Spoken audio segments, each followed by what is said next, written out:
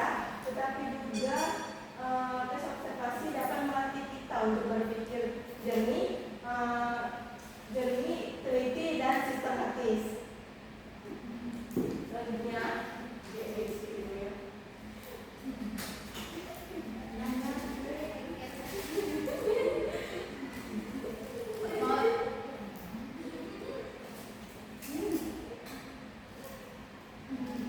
nah, di sini dapat kalian lihat dalam PowerPoint yang Ibu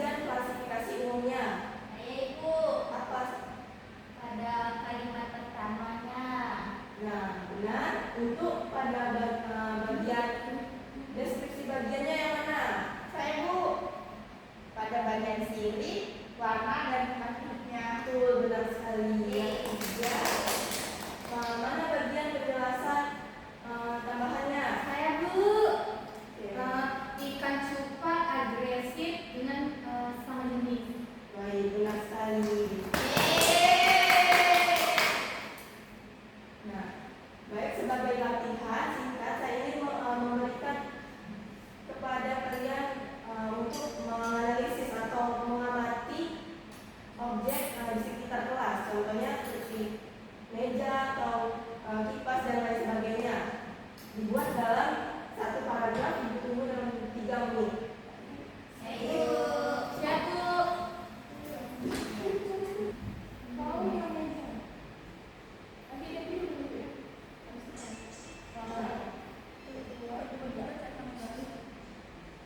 Baik, selesai sudah 3 menit yang sudah diberi kepada kalian.